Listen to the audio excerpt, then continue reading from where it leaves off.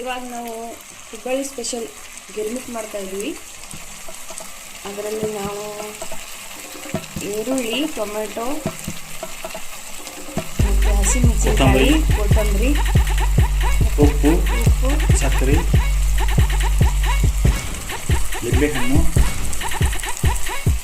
ಕರಿಬೇವು ಹಾಕಿ ಆಯಿಲಲ್ಲಿ ಫ್ರೈ ಮಾಡ್ತಾ ಇದ್ದೀವಿ. ಮತ್ತು ಫಸ್ಟ್ ಚುಮ್ಮರಿ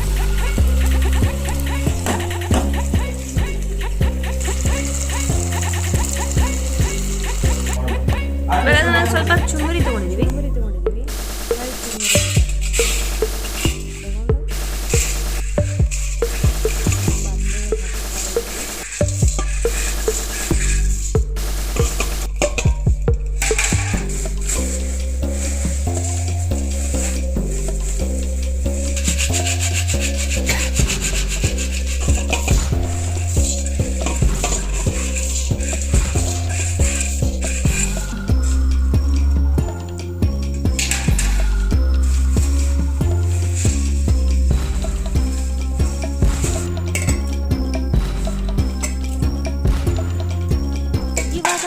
ಒಗ್ಗರಣೆಯನ್ನು ಚುರುಮುರಿಯಲ್ಲಿ ಮಿಕ್ಸ್ ಮಾಡ್ತಾ ಇದ್ದೀವಿ.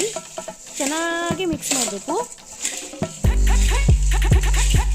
ಇವಾಗ ಕೇಳಿಸ್ತಾ ಇದೆಯಾ ಎಲ್ಲರಿಗೂ?